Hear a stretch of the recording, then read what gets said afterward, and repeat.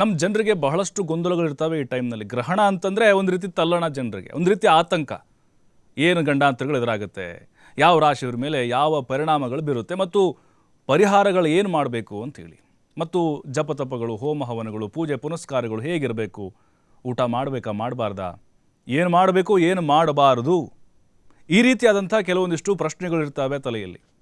ಅದರ ಜೊತೆಗೆ ಈಗ ಬಂದಿರುವಂತಹ ಅಪರೂಪದ ಚಂದ್ರಗ್ರಹಣದ ಒಂದು ವಿಶೇಷತೆ ಏನು, ಏನಾದರೂ ಪ್ರಾಕೃತಿಕವಾಗಿ ವಿಕೋಪಗಳಾಗುತ್ತಾ ಅಥವಾ ದೊಡ್ಡ ಮಟ್ಟದ ಬದಲಾವಣೆಗಳೇನಾದರೂ ಭೂಮಂಡಲದಲ್ಲಿ ಆಗಿಬಿಡುತ್ತಾ, ಹೀಗೆ ಸಾಕಷ್ಟು ರೀತಿಯಾದಂತಹ ಗೊಂದಲಗಳು ನಮ್ಮ ಜನರಲ್ಲಿ ಮೂಡಿದಾವೆ. ಇದೆಲ್ಲದಕ್ಕೆ ಸಂಬಂಧಪಟ್ಟಂತೆ ಉತ್ತರವನ್ನು ಕೊಡಲಿಕ್ಕೆ ಮತ್ತು ನಿಮ್ಮೆಲ್ಲರ ಕೌತುಕಕ್ಕೆ ಒಂದು ರೀತಿಯ ಉತ್ತರದ ಮೂಲಕವೇ ಪರಿಹರಿಸಲಿಕ್ಕೆ ನಮ್ಮ ಜೊತೆಗಿದ್ದಾರೆ ಖ್ಯಾತ ಜ್ಯೋತಿಷಿಗಳು, ಪ್ರತ್ಯಂಗಿರಾ ದೇವಿ ಆರಾಧಕರಾಗಿರುವಂತಹ ಡಾಕ್ಟರ್ ಮಹರ್ಷಿ ಗುರುಜಿ. ಅವ್ರನ್ನ ಕಾರ್ಯಕ್ರಮಕ್ಕೆ ನಾನು ಸ್ವಾಗತ ಮಾಡ್ತಾ ಇದ್ದೀನಿ. ಗುರುಜಿ ನಮಸ್ತೆ, ಕಾರ್ಯಕ್ರಮಕ್ಕೆ ಸ್ವಾಗತ. ನಮಸ್ತೆ ಅಮ್ಮ. ಹರೇ ಶ್ರೀನಿವಾಸ. ಎಲ್ಲರಿಗೂ ಸಹ ನಮಸ್ಕಾರಗಳು. ಗುರುಜಿ, ಬಹಳ ಅಪರೂಪದ ಚಂದ್ರಗ್ರಹಣ ಅಂತ ಹೇಳಲಾಗ್ತಾ ಇದೆ. ಇದು ವೈಜ್ಞಾನಿಕವಾಗಿ ನೋಡೋದಾದರೆ ನಿಜಕ್ಕೂ ಒಂದು ಚಮತ್ಕಾರ, ಅಪರೂಪದ ಚಂದ್ರಗ್ರಹಣ ಅಂತ ನಾವು ಓದಿದ್ದೇವೆ, ತಿಳ್ಕೊಂಡಿದ್ದೇವೆ. ಜ್ಯೋತಿಷ್ಯ ಶಾಸ್ತ್ರದಲ್ಲಿ ಅದರದ್ದೇ ಆದಂಥ ಒಂದು ಮಹತ್ವ ಇದೆ ಅಂತೆ. ಮೊದಲಿಗೆ ಗುರುಜಿ, ನಮಗೆ ಈ ಸಮಯ ಯಾವಾಗ, ಮೋಕ್ಷ ಕಾಲ ಮತ್ತು ಆರಂಭ ಕಾಲ, ಮಧ್ಯಕಾಲ, ಈ ಸಮಯ ಸ್ವಲ್ಪ ತಿಳಿಸ್ಕೊಡಿ. ನೋಡಿ, ಇದೇ 7ನೇ ತಾರೀಕು ಭಾನುವಾರ, ಅಂದರೆ ರಾತ್ರಿ ಪ್ರಾರಂಭ ಆಗ್ತಾ ಇದೆ. ಇದನ್ನು ರಾಹುಗ್ರಸ್ತ ಚಂದ್ರಗ್ರಹಣನೂ ಹೇಳುವಂಥದ್ದಿದೆ, ಮತ್ತು ಇದನ್ನು ರಕ್ತಚಂದ್ರಗ್ರಹಣ ಅನ್ನುವಂಥದ್ದಿದೆ. ಇದು ಪ್ರಾರಂಭ ಆಗುವಂಥದ್ದು ಅಂತ ಹೇಳಿದ್ರೆ ನೋಡಿ, 9:57 ಪ್ರಾರಂಭ ಆದರೆ ಮಧ್ಯರಾತ್ರಿ ಅಂದರೆ 8ನೇ ತಾರೀಕು ಮಧ್ಯರಾತ್ರಿ 1:26 ಸಹ ಇರುತ್ತೆ. 1 ಗಂಟೆ ಹೆಚ್ಚು ಕಡಿಮೆ ಅಥವಾ ಒಂದು 10 ನಿಮಿಷ ಅಥವಾ 2 ನಿಮಿಷ ಹೆಚ್ಚು ಕಡಿಮೆ ಇರುವಂಥದ್ದು ಪ್ರದೇಶಗಳು ಕೆಲವೊಂದು ಅದರದೇ ಆದಂಥ ಪ್ರದೇಶಗಳಲ್ಲಿ ಡಿಗ್ರಿಯಲ್ಲಿ ಲೆಕ್ಕಾಚಾರ ಆಗುವಂಥದ್ದಿದೆ. ಆದರೆ ನಮ್ಮ ಭಾರತೀಯ ಕಾಲಮಾನದ ಪ್ರಕಾರವಾಗಿ ನಮ್ಮ ಕರ್ನಾಟಕಕ್ಕೆ, ಅದರಲ್ಲಿ ಬೆಂಗಳೂರಲ್ಲಿ ಏನಾದರೂ ಗ್ರಹಣದ ಆಚರಣೆ ಮಾಡಬೇಕು ಅಂತ ಹೇಳಿದ್ರೆ ನಾವು ಸಮಯವನ್ನು ನಿಗದಿವಾಗಿ ತಿಳ್ಕೊಳ್ಳೋದಂತ ಹೇಳಿದ್ರೆ ಇದೇ ಮಧ್ಯರಾತ್ರಿ 1:26 ಇರುತ್ತೆ. ಒಟ್ಟಾರೆ 3:26 ಸಂಪೂರ್ಣವಾದಂತಹ ಚಂದ್ರಗ್ರಹಣ ಸಂಭವಿಸುವಂಥದ್ದಿದೆ. ಹಾಗಾಗಿ ಇದು 26ನೇ ತಾರೀಕು ಏನಿರುತ್ತೆ, ಇದರ ಸಂಪೂರ್ಣವಾದಂಥ ಹಿಂದೆ ನಡೆದಂಥ ಘಟನೆಗಳು ಏನಿದೆ ಅದಕ್ಕೆ ಸಂಬಂಧಪಟ್ಟಂಥದ್ದು ನಾವು ನೋಡೋಕೆ ಹೋದರೆ ಸಂಪೂರ್ಣವಾಗಿ 3:26 ನಡೆಯೋಕ್ಕೆ ಸಾಧ್ಯ ಆಗುತ್ತೆ. ಎಸ್ ಗುರುಜಿ. ಗುರುಜಿ, ಈಗ ಪಿತೃಪಕ್ಷ ಕೂಡ ಬರ್ತಾ ಇದೆ, ಮತ್ತು ಭಾದ್ರಪದ ಮಾಸದಲ್ಲೇ ಇದು ಆರಂಭ ಆಗ್ತಾ ಇದೆ. ಹಾಗಾಗಿನೇ ಬಹಳ ವಿಶೇಷತೆ ಇದೆ ಅಂತ ಹೇಳಿ ಜ್ಯೋತಿಷ್ಯ ಶಾಸ್ತ್ರದಲ್ಲಿ ಚರ್ಚೆಗಳು ಕೂಡ ಆಗ್ತಾ ಇದೆ. ಹೌದು. ಅಂದರೆ ಇದನ್ನು ಯಾವ ರೀತಿ ಜನರು ನೋಡಬೇಕು ಅಂತ ನೋಡಿ, ಗ್ರಹಣ ಅಂದಿದ ತಕ್ಷಣ ನೇರವಾಗಿ ವೀಕ್ಷಣೆಯನ್ನು ಮಾಡಬಾರದು. ಕಣ್ಣಿಗೆ ಒಂದು ಸ್ವಲ್ಪ ತೊಂದರೆಗಳು ಆಗುವಂಥದ್ದು ಇರುತ್ತೆ ಅನ್ನುವಂಥದ್ದಿದೆ. ಆದರೆ ಜ್ಯೋತಿಷ್ಯ ಶಾಸ್ತ್ರದಲ್ಲಿ ಗ್ರಹಗಳ ಚಲನವಲನಗಳಿಂದ ಈ ಗ್ರಹಣ ಸೃಷ್ಟಿಯಾಗುವಂಥದ್ದನ್ನು ನಾವು ಲೆಕ್ಕಾಚಾರ ಮಾಡುವಂಥದ್ದಿರುತ್ತೆ. ಆದರೆ ಆಧ್ಯಾತ್ಮಿಕದ ಕಡೆ ನಾವು ನೋಡಿದಾಗ ಇದೊಂದು ಸೂತಕದ ಸಮಯ ಅಂತ ಹೇಳ್ಬೋದು. ಅಂತ ಹೇಳಿದ್ರೆ ಯಾವಾಗಲೂ ಅಷ್ಟೇ ಈ ಗ್ರಹಣದ ಸಂದರ್ಭದಲ್ಲಿ ಒಂದಿಷ್ಟು ದೇವಸ್ಥಾನಗಳು ಮುಚ್ಚುವಂಥದ್ದು, ಮತ್ತು ಒಂದಿಷ್ಟು ಆಚೆ ಹೋಗೋದಿಲ್ಲ ಕೆಲವು ಗರ್ಭಿಣಿಯರೆಲ್ಲ. ಸೊ ಇದೆಲ್ಲ ಸೂತಕದ ಸಮಯ ಅನ್ನುವಂಥದ್ದಿರುತ್ತೆ. ಆ ಒಂದು ಕಾರಣಕ್ಕೆ ಹೆಚ್ಚಿನ ಮಟ್ಟಿಗೆ ಸ್ವಲ್ಪ ಆದ್ಯತೆಯನ್ನು ಕೊಡಬೇಕು ಗ್ರಹಣದ ವಿಚಾರದಲ್ಲಿ. ವಿಧಿವಿಧಾನ ಹೇಗೆ ಆಚರಣೆ ಮಾಡಬೇಕು, ಮತ್ತು ಅದರ ಜೊತೆಗೆ ಯಾವ ರೀತಿ ಅದನ್ನು ಗ್ರಹಣದ ಜಪ ಆಗಬಹುದು ಅಥವಾ ಪೂಜೆ ಪುನಸ್ಕಾರಗಳ ವಿಚಾರದಲ್ಲಿ ಆಗಬಹುದು, ಇದನ್ನು ಒಂದಷ್ಟು ಲೆಕ್ಕಾಚಾರ ಮಾಡುವಂಥದ್ದಿದೆ. ಆದರೆ ಇಲ್ಲಿ ಒಂದು ವಿಚಾರ ಅಂತ ಹೇಳಿದ್ರೆ ಪ್ರತಿ ವರ್ಷದಲ್ಲಿ 1, 2 ಅಥವಾ 4 ಗ್ರಹಣಗಳಾಗುವಂಥದ್ದಿರುತ್ತೆ. ಆದರೆ ಈ ಚಂದ್ರಗ್ರಹಣ ಏನಿದೆ, ಈ ರಕ್ತ ಚಂದ್ರಗ್ರಹಣ, ಇದು 2ನೇ ಚಂದ್ರಗ್ರಹಣವಾಗಿದ್ದು ವರ್ಷದ ಕೊನೆಯ ಚಂದ್ರಗ್ರಹಣ ಆಗಿದೆ.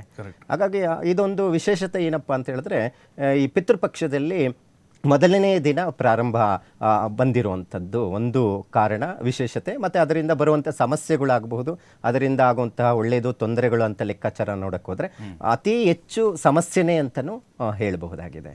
ಎಸ್ ಗುರುಜಿ.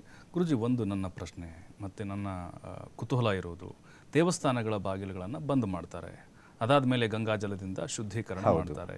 ಕಾರಣ ಏನು ಗುರುಜಿ ದೇವಸ್ಥಾನಗಳನ್ನು ಬಂದ್ ಮಾಡಲಿಕ್ಕೆ? ನೋಡಿ, ಸೊ ಏನು ಗ್ರಹಣದ ಸಂದರ್ಭದಲ್ಲಿ ಆ ನೆರಳು ಎಲ್ಲೆಲ್ಲಿ ಪ್ರದೇಶದ ಮೇಲೆ ಬೀಳುತ್ತೋ ಅದೆಲ್ಲವೂ ಸೂತಕದ ಸಮಯ. ಈಗ ಯಾರಾದರೂ ನಮ್ಮ ಮನೆಯಲ್ಲಿ ಯಾರಾದರೂ ತೀರೋದ್ರೆ ಹೇಗೆ ವಾತಾವರಣ ಇರುತ್ತೋ ಅಷ್ಟು ವಾತಾವರಣ ಪ್ರಭಾವ ಬೀಳುತ್ತೆ ಅನ್ನುವಂಥದ್ದನ್ನು ಒಂದಷ್ಟು ಲೆಕ್ಕಾಚಾರದಲ್ಲಿ ದೇವಸ್ಥಾನಗಳನ್ನು ಮುಚ್ಚುವಂಥದ್ದು ಇರುತ್ತೆ.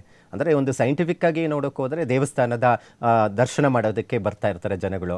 ಅವರಿಗೆ ಯಾರೋ ಗರ್ಭಿಣಿಯರೇ ಬರ್ತಾರೆ, ಅಥವಾ ಇನ್ಯಾರೋ ವಿಚಾರದಲ್ಲಿ ಆರೋಗ್ಯ ಕ್ಷೀಣ ಇರುವಂಥವರೇ ಬರ್ತಾರೆ.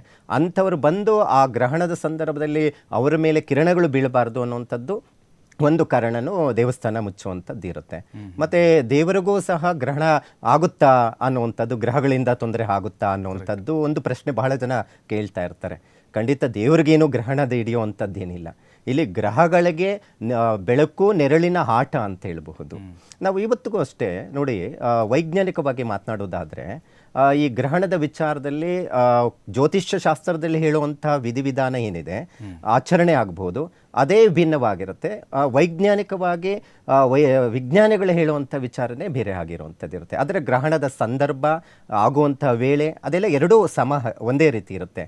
ಆದರೆ ಈ ರಾಹುಕೇತುಗಳಿಂದ ಸೃಷ್ಟಿಸುವಂತಹ ಏನು ಗ್ರಹಣ ಇರುತ್ತೆ ಅದನ್ನು ಜ್ಯೋತಿಷ್ಯ ಶಾಸ್ತ್ರದಲ್ಲಿ ಹೇಳುವಂಥದ್ದು ಇರುತ್ತೆ. ರಾಹುಗ್ರಸ್ತ ಚಂದ್ರಗ್ರಹಣ ಅಂತ ಹೇಳ್ತೀವಿ, ಕೇತುಗ್ರಸ್ತ ಸೂರ್ಯಗ್ರಹಣ ಅಂತ ಹೇಳ್ತೀವಿ. ಆದರೆ ವಿಜ್ಞಾನಿಗಳು ಒಪ್ಕೊಳ್ಳೋಕ್ಕೆ ರೆಡಿ ಇರಲ್ಲ, ಈ ರಾಹುಕೇತುಗಳೇ ಇಲ್ಲ ಅನ್ನುವಂಥದ್ದಿರುತ್ತೆ. ಸೊ ಏಕಂತ ಹೇಳಿದ್ರೆ ಈ ರಾಹುಕೇತುಗಳಿಂದನೇ ಆಗುವಂಥದ್ದು, ಸೃಷ್ಟಿ ಆಗುವಂಥದ್ದೇ ಈ ಗ್ರಹಣದ ವಿಚಾರ ಅಂತ ಹೇಳ್ತೀವಿ.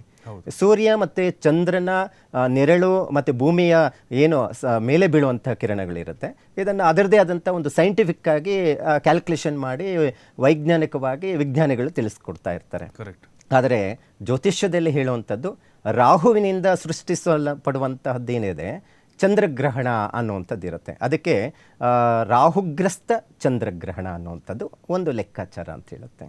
ಓಕೆ ಗುರುಜಿ, ಈಗ ಮೂರ್ತಿ ಪೂಜೆಗಳನ್ನು ಈ ಸಂದರ್ಭದಲ್ಲಿ ಮಾಡಬಾರ್ದು ಅಂತ ಹೇಳ್ತಾರೆ. ಅದರ ಜೊತೆಗೆ ಕೇವಲ ಹಿಂದೂ ಧರ್ಮಕ್ಕೆ ಮಾತ್ರ ಈ ರೀತಿಯಾದಂಥ ನಿಷಿದ್ಧಗಳು ಇಲ್ಲಿ ಅನ್ವಯವಾಗುತ್ತಾ, ಬೇರೆ ಧರ್ಮದವರು ಇದನ್ನು ಯಾವ ಥರ ನೋಡಬೇಕು ಅಂತ? ನೋಡಿ, ಇಲ್ಲಿ ಧರ್ಮ ಜಾತಿ ಅನ್ನುವಂಥದ್ದು ಗ್ರಹಣದ ವಿಚಾರದಲ್ಲಿ ಬರೋದಿಲ್ಲ. ಪ್ರತಿಯೊಬ್ಬರು ಅವರದೇ ಆದಂಥ ಪದ್ಧತಿಯಲ್ಲಿ ಆಚರಣೆ ಮಾಡುವಂಥದ್ದಿದೆ. ಈಗ ಉದಾಹರಣೆಗೆ ಈಗ ಮುಸ್ಲಿಮ್ಸ್ ಸಂಪ್ರದಾಯದಲ್ಲಿದ್ದಾರೆ, ಕ್ರಿಶ್ಚಿಯನ್ ಸಂಪ್ರದಾಯದಲ್ಲಿ ಇರುವಂಥವ್ರು ಎಷ್ಟೋ ಜನ ಇದ್ದಾರೆ, ಮತ್ತು ಅದರ ಜೊತೆಗೆ ಕೆಲವೊಂದು ಜೈನ ಸಂಪ್ರದಾಯದಲ್ಲಿ ಇರುವಂಥವ್ರು ಇರ್ತಾರೆ. ಸೊ ಅವರಿಗೆ ಗ್ರಹಣದ ನೆರಳು ಬೀಳಲ್ವೇ? ಸೊ ನಮ್ಮ ಹಿಂದೂ ಸಂಪ್ರದಾಯದಲ್ಲಿ ಕೆಲವೊಂದು ಕಟ್ಟುಪಾಡುಗಳು ನಾವು ನೋಡಬಹುದಾಗಿದೆ. ನಿರ್ದಿಷ್ಟವಾಗಿ ಇಂದಿಷ್ಟೇ ಆಚರಣೆ ಇದೆ ಅನ್ನುವಂಥದ್ದನ್ನು ಲೆಕ್ಕಾಚಾರ ಮಾಡುವಂಥದ್ದಿರುತ್ತೆ. ನಾವು ಮುಸ್ಲಿಂ ಸಂಪ್ರದಾಯದಲ್ಲಿನೂ ಕೆಲವೊಂದು ಸಂಪ್ರದಾಯಗಳಲ್ಲಿ ಈ ಥರ ಗ್ರಹಣದ ಸಂದರ್ಭದಲ್ಲಿ ಅವ್ರದ್ದೇ ಆದಂಥ ಆಚರಣೆ ಪದ್ಧತಿಗಳು ನಾವು ನೋಡ್ತಾ ಇದ್ದೀವಿ ಕೆಲವೊಂದು ಪ್ರದೇಶಗಳಲ್ಲಿ. ಸೊ ಅವ್ರದ್ದೇ ಆದಂತಹ ರೀತಿಯಲ್ಲಿ ಶುದ್ಧೀಕರಣ ಮಾಡುವಂಥದ್ದು, ಮತ್ತು ಗ್ರಹಣದ ಸಂದರ್ಭದಲ್ಲಿ ಜಪ ತಪವನ್ನು ಮಾಡುವಂಥದ್ದು. ಇವತ್ತು ನೋಡಿ, ಅಥರ್ಣ ವೇದದಲ್ಲಿ ಹೇಳುತ್ತೆ ಶಾಸ್ತ್ರದಲ್ಲಿ, ಈ ಗ್ರಹಣದ ಸಂದರ್ಭದಲ್ಲಿ ಅಥರ್ಣ ವೇದದಲ್ಲಿ ಬರುವಂಥ ಕೆಲವೊಂದು ಮಂತ್ರ ಬೀಜಾಕ್ಷರಗಳನ್ನು ಯಾರು ಪಠನೆ ಮಾಡಿ ಸಿದ್ಧಿಯನ್ನು ಮಾಡ್ಕೊತಾರೋ ಅಂಥವರಿಗೆ ಸಿದ್ಧಿಸುತ್ತೆ ಅನ್ನುವಂಥದ್ದು ಇರುತ್ತೆ. ಸೊ ಹಾಗಾಗಿ ಇಲ್ಲಿ ಮುಸ್ಲಿಂ ಸಂಪ್ರದಾಯದಲ್ಲಿ ಎಷ್ಟೋ ಜನ ಅಥರ್ಣ ವೇದವನ್ನು ಅಧ್ಯಯನ ಮಾಡುವಂಥವ್ರು ಇದ್ದಾರೆ. ಸೊ ಅವರೂ ಆಚರಣೆ ಮಾಡುವಂಥ ಸಾಧ್ಯತೆಗಳು ಬಹಳಷ್ಟು ನಾವು ಕಂಡು ಬರುವಂಥದ್ದು ಇರುತ್ತೆ. ಈಗ ಯಾವುದೇ ಧರ್ಮ ಜಾತಿಗಿಂತ ಆ ಕಿರಣಗಳು ಎಷ್ಟು ಮಟ್ಟಿಗೆ ಮನುಷ್ಯನ ಮೇಲೆ ಬಿದ್ದಾಗ ಏನೆಲ್ಲ ಪರಿಣಾಮ ಬೀಳುತ್ತೆ ಅಂತ ಹೇಳುತ್ತೆ. ಈಗ ಸೈಂಟಿಫಿಕ್ ಆಗಿ ನೋಡಿ, ಗ್ರಹಣದ ಸಂದರ್ಭದಲ್ಲಿ ನೇರವಾಗಿ ವೀಕ್ಷಣೆಯನ್ನು ಮಾಡಬಾರ್ದು ಅನ್ನುವಂಥದ್ದಿದೆ. ಏನಕ್ಕೆ? ಕಣ್ಣಿಗೆ ತೊಂದರೆ ಆಗುತ್ತೆ ಅನ್ನುವಂಥದ್ದು. ಆಗಿನ ಕಾಲದಲ್ಲೇ ನಾವು ಈ ಥರ ಸೈಂಟಿಫಿಕ್ ಆಗಿ ಮಾತಾಡೋಕ್ಕೆ ಹೋದರೆ ಕೇಳ್ತಾ ಇರಲಿಲ್ಲ, ಏನಾದರೆ ನೋಡ್ಬಿಟ್ರೆ ಏನಪ್ಪ ಒಂದು 10 ನಿಮಿಷ ಅನ್ನುವಂಥದ್ದು ಲೆಕ್ಕಾಚಾರ ಇತ್ತು. ಹಾಗಾಗಿ ಅವ್ರು ಕೇಳಲ್ಲ ಅನ್ನೋದು ಕಾರಣಕ್ಕೆ ಇದು ಕಟ್ಟುನಿಟ್ಟಾಗಿ ಆಚರಣೆ ಮಾಡಬೇಕು ಅನ್ನುವಂಥದ್ದು ಕಾರಣದಿಂದ ನೋಡಲೇಬಾರ್ದು, ಗ್ರಹಣದ ಸಂದರ್ಭದಲ್ಲಿ ಊಟ ಮಾಡಬಾರ್ದು, ಇದಕ್ಕೆಲ್ಲ ಪ್ರತಿಯೊಂದು ಆಧಾರ ಇದೆ. ಸುಮ್ಮನೆ ಹಿಂದಿನ ಕಾಲದಲ್ಲಿ ಊಟ ಮಾಡಬಾರ್ದು, ಇವತ್ತು ನಾವು ಎಷ್ಟೋ ಮೊನ್ನೆ ನಡೆದಂತಹ ಕೆಲವೊಂದು ಘಟನೆಗಳಲ್ಲಿ ನಾವು ನೋಡಿದಾಗ ಗ್ರಹಣದ ಸಂದರ್ಭದಲ್ಲಿ ಊಟ ಮಾಡಿಲ್ಲ ಮಾಡಿದ್ರೆ ಏನಾಗುತ್ತೆ ಅಂತ ತೋರಿಸಿರುವಂಥದ್ದಿದೆ. ಅಲ್ಲಿ ಊಟ ಮಾಡಿದ ತಕ್ಷಣ ಏನೋ ಆಗ್ಬಿಡುತ್ತೆ ಅಂತ ನಾ ಹೇಳ್ತಾ ಇಲ್ಲ, ಜೀರ್ಣಶಕ್ತಿಗೆ ತೊಂದರೆ ಆಗುತ್ತೆ ಅನ್ನುವಂಥದ್ದು ಒಂದು ಕಾರಣಕ್ಕೆ ಆಗಿನ ಕಾಲದಿಂದನೂ ಆಚರಣೆ ಬಂದಿರುವಂಥ ಪದ್ಧತಿ ಇದೆ. ಮತ್ತು ಆ ಸೂಕ್ಷ್ಮವಾದಂತಹ ಏನು ಕಿರಣಗಳು ಏನಿರುತ್ತೆ, ಮಗುವಿನ ತಾಯಿಯ ಗರ್ಭಕ್ಕೆ ನೇರವಾಗಿ ಬಿದ್ದಾಗ ಮಗುವಿನ ಬೆಳವಣಿಗೆ ಅಂಗವಿಕಲತೆ ಆಗ್ಬೋದು. ಮತ್ತು ಕೆಲವೊಂದು ನಾವು ಪಿತೃಪಕ್ಷಗಳ ವಿಚಾರದಲ್ಲಿ ಪೂಜೆಗಳನ್ನು ಮಾಡ್ತಾ ಇರ್ತಾರೆ. ಯಾವುದ ದೋಷ, ಪಿತೃಗಳ ದೋಷ ಇರುತ್ತೋ ಮಕ್ಕಳ ಜನ್ರೇಷನ್ ಇರಲ್ಲ, ಮತ್ತು ಅದರ ಜೊತೆಗೆ ಮಕ್ಕಳ ಒಂದು ಬುದ್ಧಿಮಾನ್ಯತೆ ಮಕ್ಕಳಾಗುವಂಥದ್ದು, ಮತ್ತು ಅದ್ರ ಜೊತೆಗೆ ಅಂಗವಿಕಲತೆ ಉಂಟು ಮಾಡುವಂಥದ್ದು, ಇದನ್ನೆಲ್ಲ ಲೆಕ್ಕಾಚಾರ ಮಾಡ್ತೀವಿ. ಆದರೆ ವೈಜ್ಞಾನಿಕವಾಗಿ ನಾವು ನೋಡಿದಾಗ DNA ರಕ್ತ ಕಣಗಳು ಒಂದೇ ಆದಾಗ, ಅಥವಾ ಈ ಕೆಲವೊಂದು ಸಂಬಂಧದಲ್ಲಿ ಮದುವೆ ಮಾಡಿಕೊಂಡಾಗ ಮಕ್ಕಳ ವಿಚಾರದಲ್ಲಿ ಈ ರೀತಿ ತೊಂದರೆ ಆಗುತ್ತೆ ಅನ್ನುವಂಥದ್ದಿದೆ. ಆದರೆ ಗ್ರಹಣದ ನೆರಳು, ಗ್ರಹಣದ ತೀವ್ರತೆ ಆ ಮಗುವಿನ ಮೇಲೆ ಬಿದ್ದಾಗೂ ಸಹ ಅಂಗವಿಕಲತೆ ಆಗುವಂಥ ಸಾಧ್ಯತೆಗಳು ಇರುತ್ತೆ ಅನ್ನುವಂಥದ್ದು ಸೈಂಟಿಫಿಕ್ ಆಗಿ ಇದೆ. ಸೊ ಅದನ್ನು ತಿಳಿಸ್ಕೊಡುವಂತಹ ಒಂದು ಏನು ಮಾರ್ಗದರ್ಶನ ಇದೆ ಈ ಗ್ರಹಣದ ಸಂದರ್ಭದಲ್ಲಿ, ಅದು ಆಗಿನ ಕಾಲ ಪದ್ಧತಿನೇ ಒಂದು ರೀತಿಯಲ್ಲಿತ್ತು, ಈಗಿನ ಕಾಲದಲ್ಲೇ ಹೊಂದು ಬಂದಿರುವಂಥದ್ದಿದೆ. ಸೊ ಆ ಒಂದು ಕಾರಣಕ್ಕೆ ಈ ವಿಧಿವಿಧಾನ ಹೀಗೆ ಮಾಡಬೇಕು, ಈಗ ಮಾಡಬಾರ್ದು ಅನ್ನುವಂಥದ್ದನ್ನು ನಾವು ನೋಡಬಹುದಾಗಿದೆ. ಖಂಡಿತ ಗುರುಜಿ. ಗುರುಜಿ, ಈಗ ಗ್ರಹಣ ಅಂತಂದರೆ ಒಂದು ರೀತಿ ಆತಂಕ ಇರುತ್ತೆ. ಅಂದರೆ ನೆಗೆಟಿವ್ ಗ್ರಹಣ ಅಂದರೆ ಬರೀ ನೆಗೆಟಿವ್ ಅಥವಾ ಒಳ್ಳೆಯದೇನಾದರೂ ಆಗುತ್ತಾ ಗ್ರಹಣ ದಿನ ಅಂತ? ಇಲ್ಲಿ ಕೆಲವೊಂದು ಒಳ್ಳೆಯದು ನಾವು ಮಾಡ್ಕೊಳ್ಳೋದ್ರ ಮೇಲೆ ಹೋಗುವಂಥದ್ದು ಇರುತ್ತೆ. ಈಗ ನಾನು ಆಗಲೇ ಹೇಳಿದೆ, ಸಿದ್ಧಿಗೆ ಬಹಳ ಮುಖ್ಯವಾಗಿರುವಂಥದ್ದು. ನಾವು ಪಿತೃ ಕಾರ್ಯಗಳನ್ನು ಮಾಡಬೇಕಾದ್ರೆ ಒಂದು ಸಮಯ ಅಂತಿರುತ್ತೆ. ಈ ಪಿತೃಪಕ್ಷಗಳು ಆಗಬಹುದು, ಮತ್ತು ಸಂಕ್ರಮಣಗಳು ಅಂತ ಹೇಳ್ತೀವಿ. ಸಂಕ್ರಮಣ ಅಂದರೆ ಸೂರ್ಯ ಒಂದು ರಾಶಿಯಿಂದ ಒಂದು ರಾಶಿ ಬದಲಾವಣೆ ಆಗುವಂಥದ್ದು. ಈ ಗ್ರಹಣದ ಸಂದರ್ಭದಲ್ಲಿ ಹಿರಿಯರ ಕಾರ್ಯಗಳನ್ನು ಮಾಡಿದ್ರೂ ಸಹ ಈ ಪಿತೃದೋಷಗಳಿಗೆ ತೃಪ್ತಿರ ಹಾಕ್ತಾರೆ ಅನ್ನುವಂಥದ್ದು ಇದೆ. ನೋಡಿ, ಇಲ್ಲಿ ಹಿರಿಯರದ್ದು ಏನಾದ್ರು ದೋಷಗಳಿದ್ರೇನು ಇದೇ ಗ್ರಹಣದ ಸಂದರ್ಭದಲ್ಲಿ ಹಿರಿಯರ ಪ್ರಾರ್ಥನೆ, ಪೂಜೆ ಇದನ್ನೆಲ್ಲ ಮಾಡುವಂಥ ಪದ್ಧತಿಯನ್ನು ನಾವು ನೋಡ್ತಾ ಇದ್ದೀವಿ. ಸೊ ಹಾಗಾಗಿ ಸೂರ್ಯಗ್ರಹಣದ ಸಂದರ್ಭದಲ್ಲಿನೂ ಹಿರಿಯರು ಪೂಜೆ ಮಾಡ್ತಾರೆ. ಮತ್ತು ಈ ಕೆಲವೊಂದು ಚಂದ್ರಗ್ರಹಣದಲ್ಲಿನೂ ಮಾತೃವರ್ಗದಿಂದ ಬರುವಂತಹ ದೋಷಗಳು ಏನಾದರೂ ಪಿತೃದೋಷಗಳಿದ್ರೇನು ಈ ಸಂದರ್ಭದಲ್ಲಿ ತರ್ಪಣಗಳನ್ನು ಬಿಡುವಂಥದ್ದಿರುತ್ತೆ.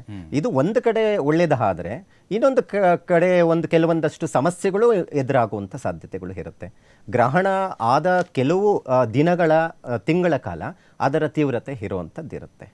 ನಾವು ಉದಾಹರಣೆಗೆ ಗ್ರಹದ ವಿಚಾರಗಳಲ್ಲಿ ತಗೊಳ್ಳೋಣ. ಒಂದು ಸೂರ್ಯಗ್ರಹ ಒಂದು ರಾಶಿಯಿಂದ ಒಂದು ರಾಶಿಗೆ ಬದಲಾವಣೆ ಆದಾಗ, ಡಿಗ್ರಿ ವೈಸಲ್ಲಿ ನಾವು ನೋಡಿದಾಗ ಅದರ ತೀವ್ರತೆ ರಾಶಿಗಳ ಮೇಲೆ ಹೇಗೆಲ್ಲ ಬದಲಾವಣೆ ಆಗುತ್ತೆ, ವಾತಾವರಣ ಬದಲಾವಣೆ ಆಗುವಂಥದ್ದು ಹೇಗಿರುತ್ತೆ ನೋಡಿ.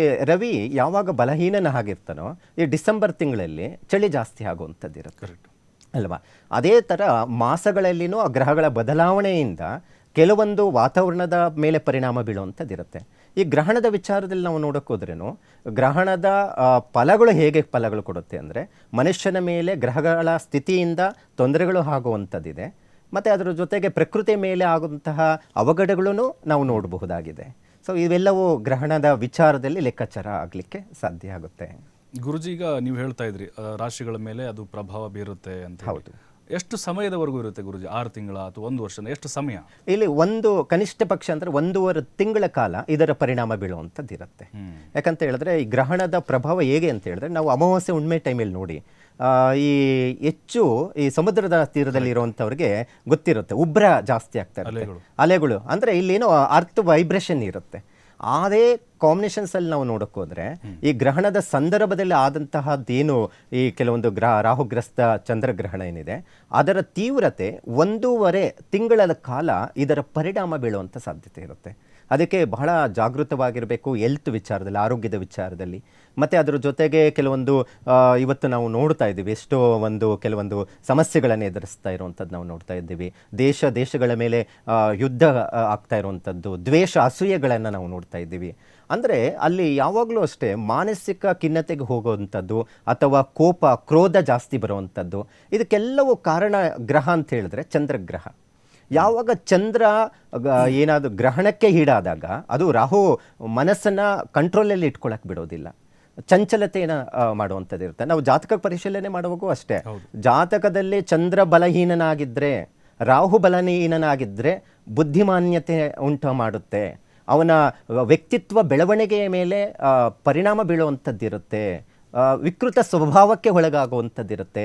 ರಾಹು ಒಂದು ಗ್ರಹನೇ ಪರಿಣಾಮ ಬಿದ್ದಾಗ ಅವನ ಮನಸ್ಥಿತಿ ಚಂಚಲತೆ ಜಾಸ್ತಿ ಇರುತ್ತೆ, ಮೈಂಡ್ ಡಿಸ್ಟರ್ಬೆನ್ಸ್ ಜಾಸ್ತಿ ಮಾಡ್ತಾ ಇರುತ್ತೆ. ಚಂದ್ರನ ಜೊತೆ ಗ್ರಹಣಕ್ಕೆ ಈಡಾದಾಗ ಇಡೀ ಪ್ರಕೃತಿಯ ಮೇಲೆ, ಮನೋಕುಲಕ್ಕೆ, ಎಲ್ಲದರ ಮೇಲೆ, ಪಕ್ಷಿಗಳಾಗಬಹುದು, ಪ್ರಾಣಿ ವರ್ಗದಲ್ಲಿ ಇರುವಂಥವ್ರಿಗಾಗ ಎಲ್ಲದರ ಮೇಲೇನೂ ಪರಿಣಾಮ ಬೀಳುವಂಥ ಸಾಧ್ಯತೆ ಜಾಸ್ತಿ ಇರುತ್ತೆ. ಗುರುಜಿ, ಈಗ ಈ ಗ್ರಹಣ ವಿನಾಶದ ಮುನ್ಸೂಚನೆ ಅನ್ನುವಂತಹ ಮಾತುಗಳು ಜೋರಾಗಿ ಕೇಳಿ ಬರ್ತಾ ಇದೆ, ಏನೋ ದೊಡ್ಡ ಆಪತ್ತು ಕಾದಿದೆ ಜಗತ್ತಿಗೆ ಅಂತ ಹೇಳ್ತಿದ್ದಾರೆ. ಇಲ್ಲಿ ನಾವು ಜ್ಯೋತಿಷ್ಯದ ಒಂದು ಲೆಕ್ಕಾಚಾರ ಇದೆ, ಯಾಕೆ ಆ ರೀತಿ ಮುನ್ಸೂಚನೆ ಆಗುವಂಥ ಸಾಧ್ಯತೆ ಇದೆ ಎನ್ನುವಂಥದ್ದಿದೆ.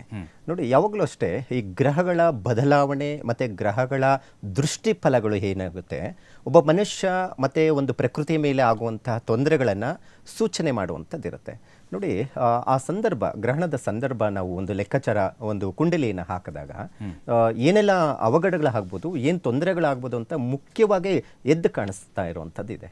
ನೋಡಿ ಆ ಗ್ರಹಣ ಸಂಭವಿಸ್ತಾ ಇರುವಂಥದ್ದು ನಾವು ರಾತ್ರಿ ಕಾಲದಲ್ಲಿ ನಾವು ನೋಡ್ಬೋದು.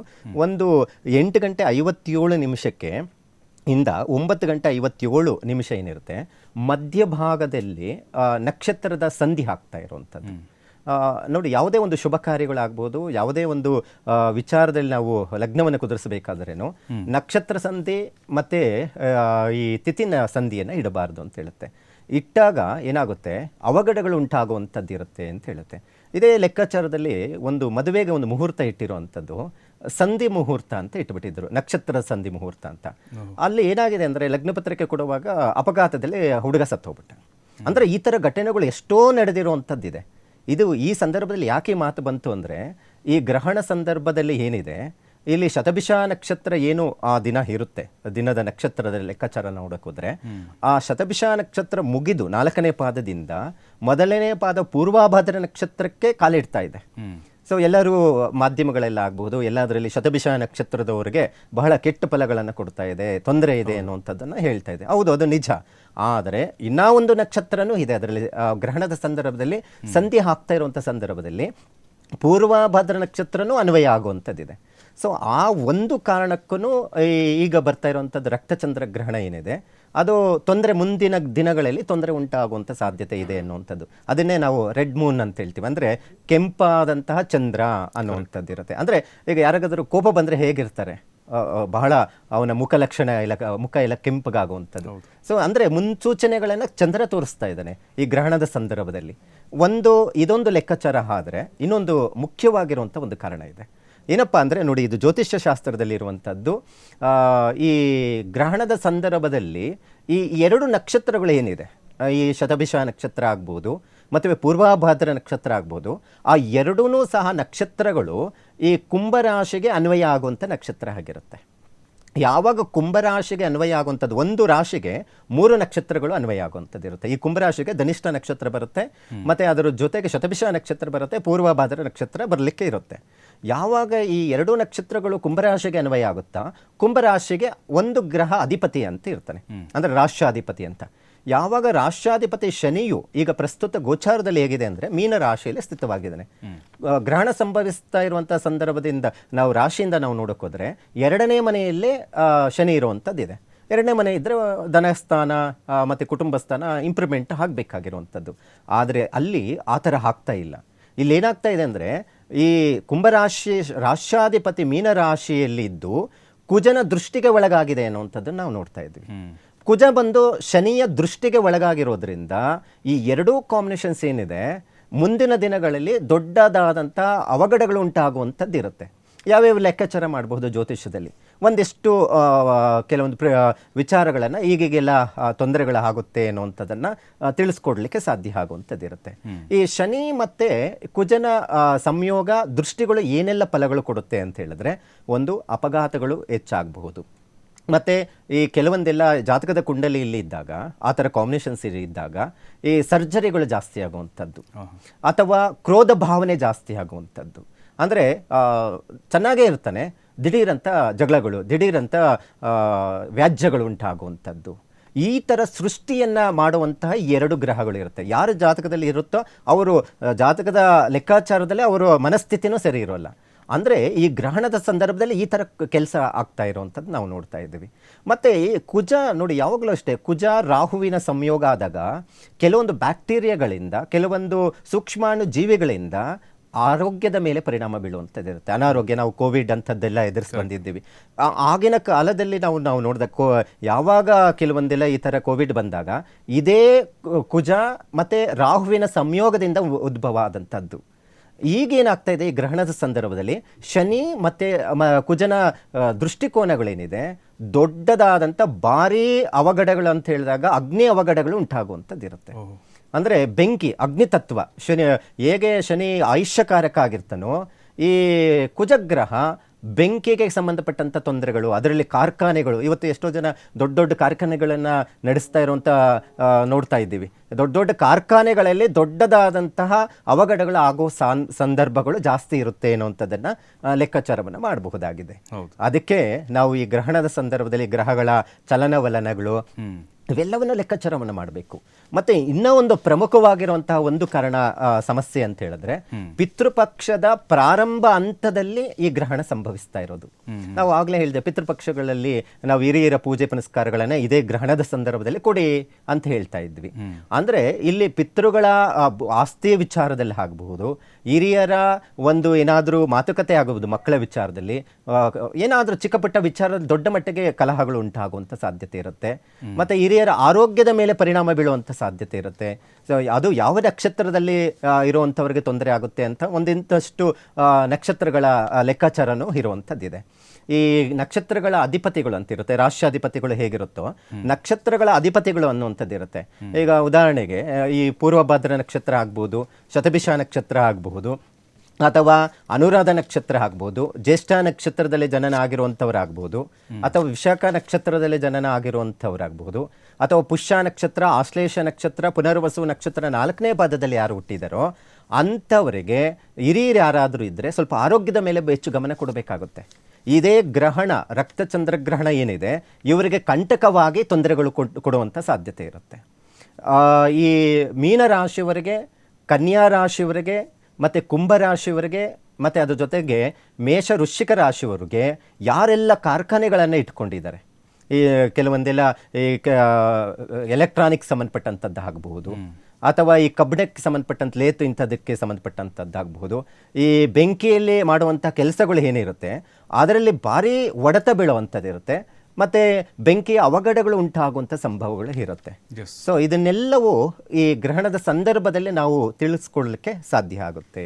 ಎಸ್ ಗುರುಜಿ, ಈಗ ನಮ್ಮ ಜನರಿಗೆ ಬಹಳ ಕುತೂಹಲ ಇರೋದು ರಾಶಿಗಳ ಬಗ್ಗೆ ತಿಳ್ಕೊಳ್ಬೇಕು ಅಂತ ಸಾಕಷ್ಟು ಜನ ಕರೆ ಮಾಡ್ತಾ ಇದ್ರು ಗುರುಜಿ. ಈಗ 12 ರಾಶಿಗಳ ಬಗ್ಗೆ ಹೇಳೋದಾದರೆ ಯಾರಿಗೆ ಶುಭ, ಅಶುಭ ಮತ್ತು ಮಿಶ್ರ ಫಲ ಅಂದರೆ ಒಳಿತು ಕೆಡುಕು ಗುರುಜಿ ಓವರಾಲ್ ಆಗಿ ಹೇಳೋದಾದರೆ?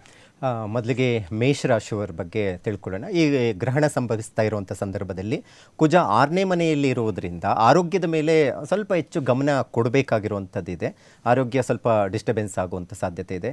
ಮತ್ತು ವ್ಯಯಸ್ಥಾನದಲ್ಲಿ ರಾಷ್ಟ್ರಾಧಿಪತಿ ವಕ್ರಿ ಶನಿಯ ಮೇಲೆ ದೃಷ್ಟಿ ಬೀಳೋದ್ರಿಂದ ವ್ಯಾಜ್ಯಗಳು ಜಾಸ್ತಿ ಆಗುತ್ತೆ. ಸುಮ್ಮನೆ ಬೇಡವಾದಂಥ ಡಿಸ್ಟರ್ಬೆನ್ಸ್ ಜಾಸ್ತಿ ಆಗುವಂಥ ಸಾಧ್ಯತೆಗಳಿರುತ್ತೆ. ಸ್ವಲ್ಪ ಹೆಚ್ಚು ಎಚ್ಚರಿಕೆ ಅಗತ್ಯ ಇದೆ ಅನ್ನುವಂಥದ್ದು ಹೇಳುತ್ತೆ.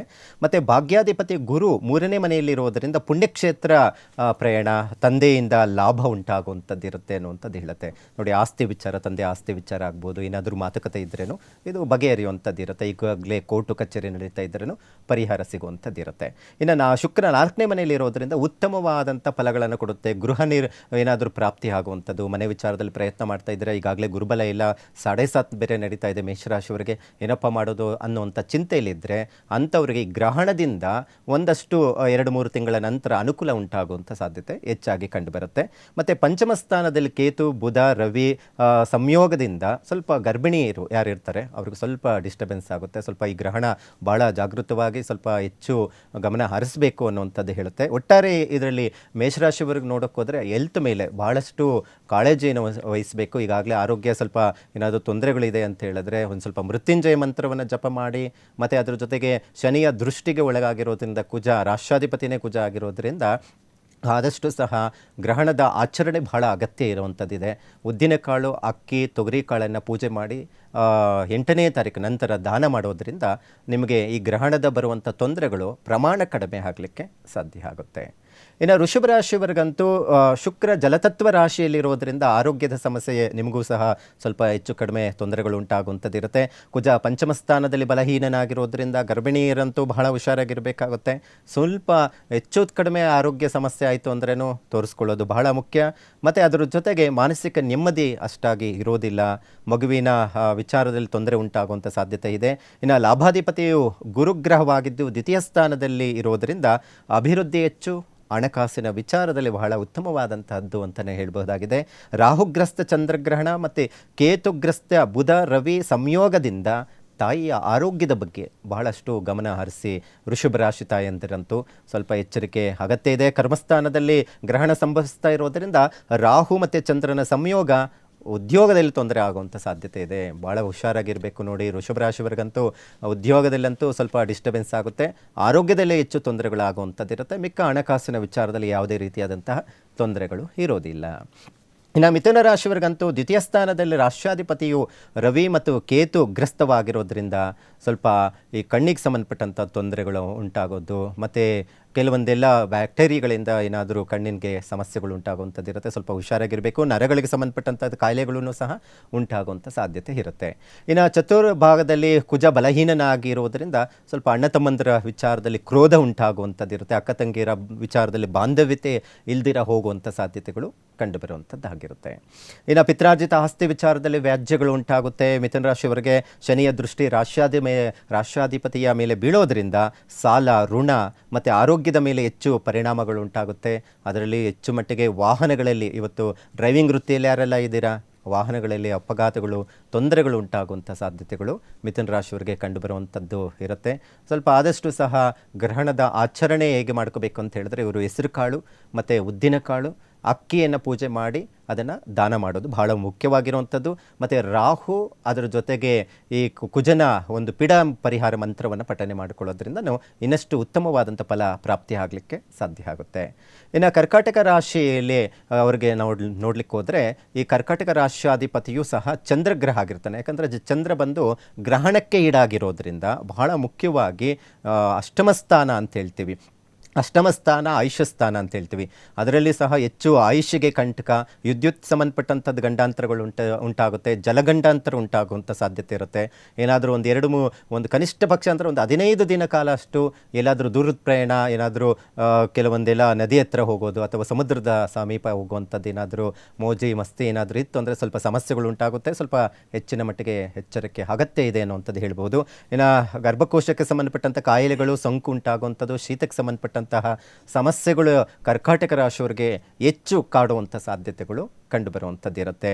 ಮತ್ತು ಅದ್ರ ಜೊತೆಗೆ ಸ್ನೇಹಿತರಿಂದ ಸ್ವಲ್ಪ ಜಾಗೃತವಾಗಿರಿ. ಅವರಿಂದ ಸ್ವಲ್ಪ ಹಣದ ವಿಚಾರದಲ್ಲಿ ಏನಾದರೂ ವ್ಯಾಜ್ಯಗಳು, ತೊಂದರೆಗಳು ಉಂಟಾಗುವಂತಹ ಸಾಧ್ಯತೆಗಳು ಹೆಚ್ಚಾಗಿರುತ್ತೆ.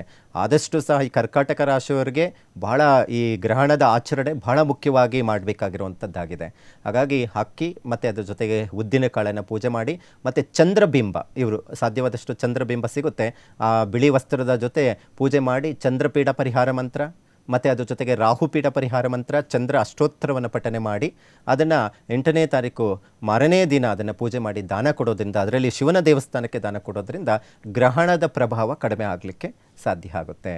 ಇನ್ನು ಸಿಂಹರಾಶಿಯವರಿಗಂತೂ ರಾಷ್ಟ್ರಾಧಿಪತಿಯು ಸ್ವಕ್ಷೇತ್ರದಲ್ಲೇ ಇದ್ದು ಕೇತುಗ್ರಸ್ತವಾಗಿರೋದ್ರಿಂದ ಮತ್ತು ದ್ವಿತೀಯ ಸ್ಥಾನಾಧಿಪತಿ ಮತ್ತು ಲಾಭಸ್ಥಾನದಲ್ಲಿ ರಾಶಿಯಲ್ಲಿ ಇರೋದರಿಂದ ಉತ್ತಮವಾದಂತಹ ಅಭಿವೃದ್ಧಿ, ಹಣಕಾಸಿನ ವಿಚಾರಕ್ಕೆ ಸಂಬಂಧಪಟ್ಟಂತಹ ಅದರಲ್ಲಿ ಅನುಕೂಲ ಉಂಟಾಗುವಂಥ ಸಾಧ್ಯತೆ ಇರುತ್ತೆ. ಮತ್ತು ವ್ಯವಹಾರದಲ್ಲಿ ಉತ್ತಮವಾದಂತಹ ಅಭಿವೃದ್ಧಿಯನ್ನು ಕಾಣುವಂಥ ಸಾಧ್ಯತೆ ಇವರಿಗೆ ಕಂಡುಬರುವಂಥದ್ದಾಗಿರುತ್ತೆ. ಆದರೆ ಗ್ರಹಣದ ಪ್ರಭಾವ ಹೇಗೆ ಇವರಿಗೆ ತೊಂದರೆ ಕೊಡುತ್ತೆ ಅಂತ ಹೇಳಿದ್ರೆ, ನೋಡಿ, ಶನಿ ಕುಜ ಶತ್ರುತ್ವ ದೃಷ್ಟಿ ಇರೋದ್ರಿಂದ ಮತ್ತು ಶತ್ರುಗಳು ಹೆಚ್ಚಾಗುವಂಥ ಸಾಧ್ಯತೆಗಳು ಕಂಡುಬರುತ್ತೆ. ಮತ್ತು ಅದರ ಜೊತೆಗೆ ಮುಖ್ಯವಾಗಿ ತಿಳ್ಕೊಳ್ಬೇಕಾಗಿರುವಂಥದ್ದು, ಈ ಸಿಂಹರಾಶಿಯವರಿಗೆ 7ನೇ ಮನೆಯಲ್ಲಿ ಗ್ರಹಣ ಸಂಭವಿಸ್ತಾ ಇರೋದ್ರಿಂದ ದಂಪತಿಗಳ ವಿಚಾರದಲ್ಲಿ ಹುಷಾರಾಗಿರಬೇಕು. ನೋಡಿ, ಸುಮ್ಮನೆ ವಿನಾಕಾರಣ ಜಗಳ ಮಾಡ್ಕೊಳ್ಳೋದು ಸಿಂಹರಾಶಿಯವರು, ಅದರಿಂದ ಮುಂದೆ ನಿಮಗೆ ತೊಂದರೆಗಳು ಉಂಟಾಗುವಂಥ ಸಾಧ್ಯತೆ ಇರುತ್ತೆ.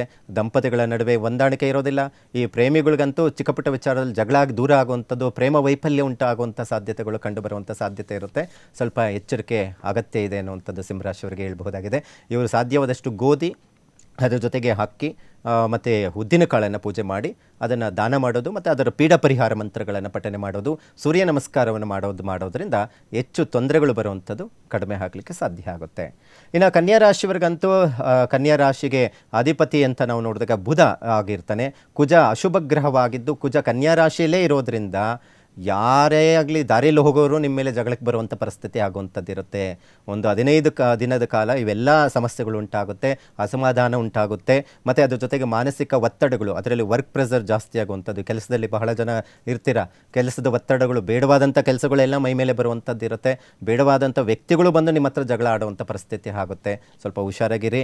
ರಾಷ್ಟ್ರಾಧಿಪತಿ ಬುಧ ವ್ಯಯಸ್ಥಾನದಲ್ಲಿರೋದ್ರಿಂದ ಮತ್ತು ಕೇತುಗ್ರಸ್ತವಾಗಿರೋದ್ರಿಂದ ಅತಿಯಾದಂಥ ಖರ್ಚುಗಳು ಉಂಟಾಗುತ್ತೆ. ಬೇಡವಾದಂಥ ಖರ್ಚುಗಳು ನಿಮ್ಮ ಹತ್ರ ಬರುವಂಥದ್ದಿರುತ್ತೆ. ಸಂಪಾದನೆ ಎಷ್ಟೇ ಬಂದರೂ ಉಳಿಯೋದು ಬಹಳ ಕಷ್ಟ. ಹಾಗಾಗಿ ಆರೋಗ್ಯ ಸ್ಥಾನದಲ್ಲಿ ಚಂದ್ರ ರಾಹು ಸಂಯೋಗ ಗ್ರಹಣಕ್ಕೀಡಾಗಿರೋದ್ರಿಂದ ಮಾನಸಿಕ ಕಾಯಿಲೆಗಳು ಮತ್ತು ಶೀತಕ್ಕೆ ಸಂಬಂಧಪಟ್ಟಂಥ ಕಾಯಿಲೆಗಳು ಉಂಟಾಗುವಂಥ ಸಾಧ್ಯತೆಗಳು ಕಂಡುಬರುವಂಥದ್ದಿರುತ್ತೆ. ಕನ್ಯಾ ರಾಶಿಯವರೆಗೂ ಹೆಸರು ಕಾಳು ಮತ್ತು ಅದರ ಜೊತೆಗೆ ಅಕ್ಕಿ ಉದ್ದಿನ ಕಾಳನ್ನು ಪೂಜೆ ಮಾಡಿ ದಾನ ಮಾಡೋದು ಈ ಗ್ರಹಣದ ಒಂದು ಪರಿಹಾರ ಆಗಲಿಕ್ಕೆ ಸಾಧ್ಯ ಆಗುತ್ತೆ. ಇನ್ನು ತುಲಾರಾಶಿಯವರಿಗಂತೂ ರಾಷ್ಟ್ರಾಧಿಪತಿ ಕರ್ಮಸ್ಥಾನದಲ್ಲಿ ಶುಕ್ರಗ್ರಹ ಬಲಿಷ್ಠವಾಗಿರೋದ್ರಿಂದ ನೋಡಿ ಇವರಿಗೆ ಬಹಳ ಒಳ್ಳೆಯದು ಉಂಟು ಮಾಡುವಂಥದ್ದು ಇರುತ್ತೆ. ಪ್ರಭಾವಿ ವ್ಯಕ್ತಿಗಳಿಂದ ಅನುಕೂಲ ಮತ್ತು ರಾಜಕೀಯದಲ್ಲಿರುವಂತಹ ವ್ಯಕ್ತಿಗಳಿಗಂತೂ ಬಹಳ ಉತ್ತಮವಾದಂಥ ಫಲ ಕೊಡುತ್ತೆ. ಮತ್ತು ಅದರ ಜೊತೆಗೆ ಸಿನಿಮಾ ಕ್ಷೇತ್ರದಲ್ಲಿ ಕೆಲಸ ಮಾಡುವಂಥವ್ರಿಗೆ ಉತ್ತಮವಾದಂತಹ ಅಭಿವೃದ್ಧಿ ಮತ್ತು ವೃತ್ತಿ ಜೀವನದಲ್ಲಿ ಹೆಚ್ಚು ಏಳಿಗೆ ಕಂಡುಬರುವಂಥ ಸಾಧ್ಯತೆ ಕಂಡುಬರುತ್ತೆ. ಮತ್ತು ಕರ್ಮಸ್ಥಾನಾಧಿಪತಿಯು ಚಂದ್ರಗ್ರಹಣಕ್ಕೆ ಈಡಾಗಿರೋದ್ರಿಂದ ಕೆಲಸದ ಒತ್ತಡ ಜಾಸ್ತಿ ಆಗುತ್ತೆ. ಒಳ್ಳೊಳ್ಳೆಯ ಆಫರ್ ಸಿಗುತ್ತೆ, ಒಳ್ಳೊಳ್ಳೆಯ ಅಭಿವೃದ್ಧಿ ಕಂಡುಬರುತ್ತೆ, ಪ್ರಭಾವ ವ್ಯಕ್ತಿಗಳು ಸಿಗ್ತಾರೆ. ಅದೇ ರೀತಿ ಕೆಲಸದ ಒತ್ತಡನೂ ಜಾಸ್ತಿ ಆಗುತ್ತೆ. ಇದು ಸರ್ವೇ ಸಾಮಾನ್ಯವಾಗಿರುವಂಥ ಮಾತು. ಮತ್ತು ಅದ್ರ ಜೊತೆಗೆ ತುಲಾರಾಶಿಯವರಿಗೆ ತಾಯಂದಿರಿಗಂತೂ ಆರೋಗ್ಯದ ವಿಚಾರದಲ್ಲಿ ಅಷ್ಟಾಗಿ ಚೆನ್ನಾಗಿರೋದಿಲ್ಲ. ಪಂಚಮ ರಾಹು ಇರುವುದರಿಂದ ಮಕ್ಕಳ ವಿಚಾರದಲ್ಲಿ ಚಿಂತೆ ಉಂಟಾಗುವಂಥ ಸಾಧ್ಯತೆ ಇರುತ್ತೆ. ಸ್ವಲ್ಪ ಹೆಚ್ಚಿನ ಮಟ್ಟಿಗೆ ಎಚ್ಚರಿಕೆ ಅಗತ್ಯ ಇದೆ. ಇವರು ಸಾಧ್ಯವಾದಷ್ಟು ಇವರಿಗೆ ರಾಷ್ಟ್ರಾಧಿಪತಿ ಶುಕ್ರ ಆಗಿರೋದ್ರಿಂದ ಬಲಿಷ್ಠವಾಗಿ ಜಲತತ್ವ ರಾಶಿಯಲ್ಲಿ ಇರೋದ್ರಿಂದನೂ ಇವ್ರಿಗೆ ಉತ್ತಮ ಫಲ ಕೊಡುತ್ತೆ. ಇನ್ನಷ್ಟು ಫಲ ಕೊಡೋದಕ್ಕೋಸ್ಕರ ಅವರೆಕಾಳು ಮತ್ತು ಅದ್ರ ಜೊತೆಗೆ ಅಕ್ಕಿ, ಉದ್ದಿನ ಕಾಳನ್ನು ದಾನ ಮಾಡೋದು ಬಹಳ ಉತ್ತಮ ಫಲ ಅಂತಲೇ ಹೇಳಿಕೊಡುತ್ತೆ. ಇನ್ನು ವೃಶ್ಚಿಕ ರಾಶಿಯವರಿಗಂತೂ ರಾಷ್ಟ್ರಾಧಿಪತಿ ಲಾಭಸ್ಥಾನದಲ್ಲಿರೋದ್ರಿಂದ ಹಣಕಾಸಿನ ವಿಚಾರದಲ್ಲಿ ಹೆಚ್ಚು ಅನುಕೂಲ ಉಂಟಾಗುತ್ತೆ. ಆದರೆ ಪಂಚಮ ಶನಿ ಪ್ರಭಾವದಿಂದ ಯಾವುದೇ ಕೆಲಸಗಳು ಇನ್ ಟೈಮ್ಗಾಗೋದಿಲ್ಲ, ಬೇಗ ಆಗೋದಿಲ್ಲ. ಕೆಲಸದಲ್ಲಿ ವಿಘ್ನಗಳು ಜಾಸ್ತಿ ಬರುತ್ತೆ. ಅಷ್ಟಾಗಿ ಫಲಗಳು ಕೊಡೋದು ಕಷ್ಟ ಅಂತಲೇ ಹೇಳ್ಬೋದು. ಶನಿಯ ಮೇಲೆ ಕುಜನ ದೃಷ್ಟಿ ಇರೋದ್ರಿಂದ ಕೆಲಸದ ಒತ್ತಡಗಳು ಜಾಸ್ತಿ ಆಗುತ್ತೆ. 4ನೇ ಮನೆಯಲ್ಲಿ ಗ್ರಹಣ ಸಂಭವಿಸ್ತಾ ಇರೋದ್ರಿಂದ ತಾಯಿಯ ಆರೋಗ್ಯ ಮತ್ತು ವಿದ್ಯಾರ್ಥಿಗಳಿಗೆ ತೊಂದರೆಗಳು ಉಂಟಾಗುವಂಥದ್ದಿರುತ್ತೆ. ವಿದ್ಯಾರ್ಥಿಗಳಂತೂ ಹೆಚ್ಚಿನ ಮಟ್ಟಿಗೆ ಓದೋದರಲ್ಲಿ ಹೆಚ್ಚು ಗಮನ ಕೊಡೋದು ಬಹಳ ಮುಖ್ಯವಾಗಿರುವಂಥದ್ದಾಗಿರುತ್ತೆ. ಹಾಗಾಗಿ ಚಂದ್ರ ಇವ್ರ ರಾಶಿಗೆ ನೋಡಿ, ವೃಶ್ಚಿಕ ರಾಶಿಗೆ ಚಂದ್ರ ನೀಚ ಸ್ಥಾನದಲ್ಲಿ ಇರ್ತಾನೆ. ಚಂದ್ರನೇ ಈಗ ಗ್ರಹಣಕ್ಕೀಡಾಗಿರೋದು. ಹಾಗಾಗಿ ಅಕ್ಕಿ ಹಾಲು ಇವರು ಪೂಜೆ ಮಾಡಿ ಅದನ್ನು ಈಶ್ವರನ ದೇವಸ್ಥಾನಕ್ಕೆ ದಾನ ಕೊಡೋದ್ರಿಂದ ಹೆಚ್ಚು ಸಮಸ್ಯೆಗಳು ಬರುವಂಥದ್ದು ನಿವಾರಣೆ ಆಗುತ್ತೆ. ಮತ್ತು ಅದ್ರ ಜೊತೆಗೆ ಜಾಸ್ತಿ ಮಾನಸಿಕ ಖಿನ್ನತೆಗೆ ಯಾರಾದರೂ ಈ ವೃಶ್ಚಿಕ ರಾಶಿಯವರು ಇದ್ದರೆ ಆದಷ್ಟು ಸಹ ಚಂದ್ರಪೀಡಾ ಪರಿಹಾರ ಮಂತ್ರವನ್ನು ಪಠನೆ ಮಾಡಿ, ಚಂದ್ರ ಅಷ್ಟೋತ್ತರವನ್ನು ಪಠನೆ ಮಾಡಿಕೊಳ್ಳಿ. ಇದರಿಂದ ಸಮಸ್ಯೆಗಳಿಂದ ದೂರ ಹೋಗಲಿಕ್ಕೆ ಸಾಧ್ಯ ಆಗುತ್ತೆ. ಇನ್ನು ಧನುರಾಶಿಯವರಿಗಂತೂ ಅರ್ಧಾಷ್ಟಮ ಶನಿ ನಾವು ನೋಡಬಹುದಾಗಿದೆ ಈಗ. ಮತ್ತು ಶನಿಯ ದೃಷ್ಟಿ ಮತ್ತು ಕುಜನ ವಿರೋಧ ದೃಷ್ಟಿ ಪ್ರಭಾವದಿಂದ ಕೆಲಸ ಕಾರ್ಯಗಳಲ್ಲಿ ನಾವು ನೋಡೋಕ್ಕೋದ್ರೆ ಒತ್ತಡಗಳು ಜಾಸ್ತಿ ಆಗುತ್ತೆ. ಆದರೆ ಕೆಲಸ ಕಾರ್ಯಗಳು ಆದರೂ ಒತ್ತಡಗಳು ಜಾಸ್ತಿ ಇರುತ್ತೆ. ಮತ್ತು ಭೂಮಿ ವಿಚಾರದಲ್ಲಿ ತೊಂದರೆಗಳು ಉಂಟಾಗುವಂಥ ಸಾಧ್ಯತೆ ಇರುತ್ತೆ. ಏನಾದರೂ ಭೂಮಿ ವ್ಯವಹಾರವನ್ನು, ರಿಯಲ್ ಎಸ್ಟೇಟ್ ಇಂತಹ ವೃತ್ತಿ ಜೀವನದಲ್ಲಿ ಇರುವಂಥವ್ರಿಗಂತೂ ತೊಂದರೆಗಳು ಉಂಟಾಗುವಂಥ ಸಾಧ್ಯತೆ ಇರುತ್ತೆ. ಇನ್ನು ರಾಷ್ಟ್ರಾಧಿಪತಿ ಸಪ್ತಮ ಸ್ಥಾನ ಅದರಲ್ಲಿ ಇರೋದರಿಂದ ಯಾವುದೇ ಸಮಸ್ಯೆ ಬಂದರೂ ನಿಭಾಯಿಸುವಂಥ ಶಕ್ತಿ ನಿಮ್ಮಲ್ಲಿ ಇರುತ್ತೆ. ಮತ್ತು ತೃತೀಯ ಸ್ಥಾನದಲ್ಲಿ ಈ ಗ್ರಹಣ ಸಂಭವಿಸ್ತಾ ಇರೋದ್ರಿಂದ ಅಣ್ಣ ತಮ್ಮಂದರಿಗೆ ಅಷ್ಟು ಪ್ರಶಸ್ತವಾಗಿರಲ್ಲ. ಸ್ವಲ್ಪ ಅಣ್ಣ ತಮ್ಮಂದಿರು, ಅಕ್ಕ ತಂಗಿರೋ ವಿಚಾರದಲ್ಲಿ ಭಾತೃಸ್ಥಾನ ಅಂತ ಹೇಳ್ತೀವಿ, ಒಂದಷ್ಟು ಡಿಸ್ಟರ್ಬೆನ್ಸ್ ಜಾಸ್ತಿ ಆಗುವಂಥ ಸಾಧ್ಯತೆ ಇರುತ್ತೆ. ಸ್ವಲ್ಪ ಅದ್ರ ಬಗ್ಗೆ ಹೆಚ್ಚು ಗಮನ ಕೊಡೋದು ಬಹಳ ಸೂಕ್ತ ಅಂತ ಹೇಳ್ಬೋದು ಧನುರಾಶಿಯವರಿಗೆ. ಮತ್ತು ಧನುರಾಶಿಯವರಿಗೆ ಕಡಲೆಕಾಳು ಮತ್ತು ಅಕ್ಕಿ, ಉದ್ದಿನ ಕಾಳನ್ನು ಪೂಜೆ ಮಾಡಿ ಅದನ್ನು ಗುರು ದೇವಸ್ಥಾನಗಳಿಗೆ ದಾನ ಕೊಡೋದ್ರಿಂದ ಉತ್ತಮವಾದಂಥ ಅಭಿವೃದ್ಧಿ ಕಾಣಲಿಕ್ಕೆ ಸಾಧ್ಯ ಆಗುತ್ತೆ.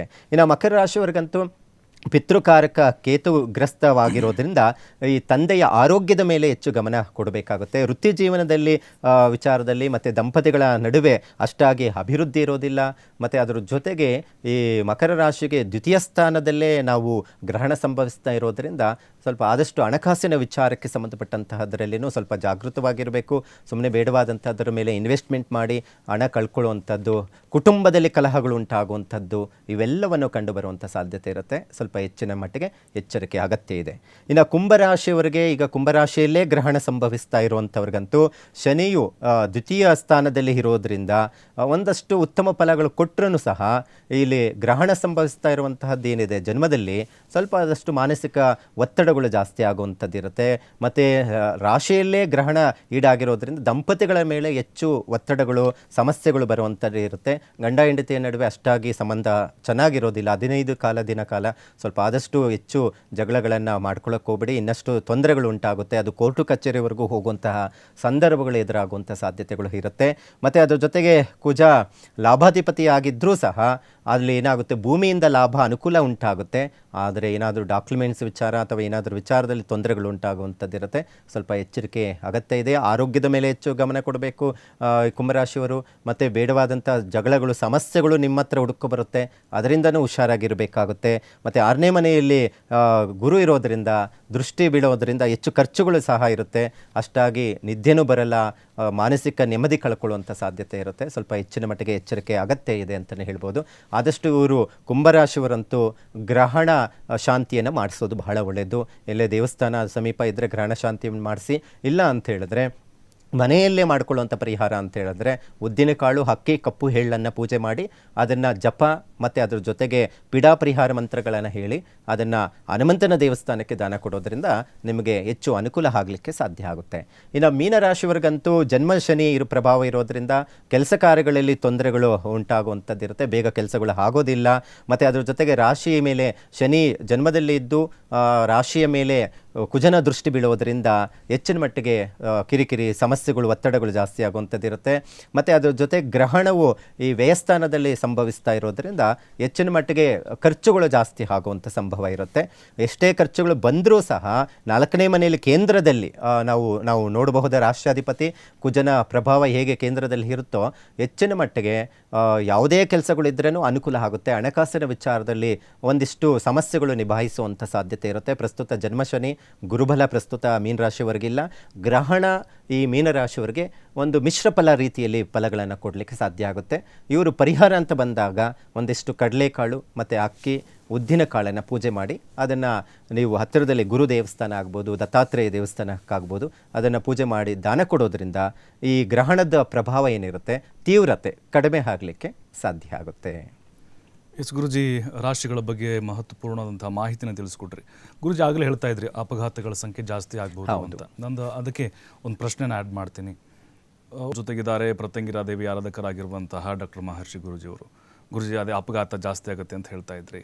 ಅಫ್ಘಾನಿಸ್ತಾನದಲ್ಲಿ ಭೂಕಂಪ ಆಗಿ ಸುಮಾರು 3,000 ಜನ ಸತ್ತು ಹೋದರು. ಹೌದು. ಉತ್ತರ ಭಾರತದಲ್ಲಿ ಉತ್ತರಾಖಂಡ್, ಹಿಮಾಚಲ ಪ್ರದೇಶ, ಜಮ್ಮು ಕಾಶ್ಮೀರ ಭಾರಿ ಮಳೆ ಆಗ್ತಾ ಇದೆ ಗುರುಜಿ.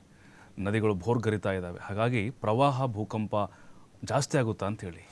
ನಾನು ಈ ಗ್ರಹಣದ ವಿಚಾರದಲ್ಲಿ ಕಳೆದ ಒಂದು 4-5 ವರ್ಷ, ನಾನು 2019ರಲ್ಲಿ ಇದೇ ರೆಡ್ ಮೂನ್ ಅಂತೇನು ಬಂತು, ಇದೇ ಚಂದ್ರಗ್ರಹಣ ಸಂದರ್ಭದಲ್ಲಿ, ರಾಹುಗ್ರಸ್ತ ಚಂದ್ರಗ್ರಹಣದಲ್ಲಿ ಸೇಮ್ ಪ್ರಾಬ್ಲಮ್ ಅನ್ನು ಎದುರಿಸಿರುವಂಥದ್ದು ನಾವು ಒಂದ್ಸತಿ ನಾನು ಇದ್ರ ಬಗ್ಗೆ ಮಾತನಾಡಿದ್ದೀನಿ.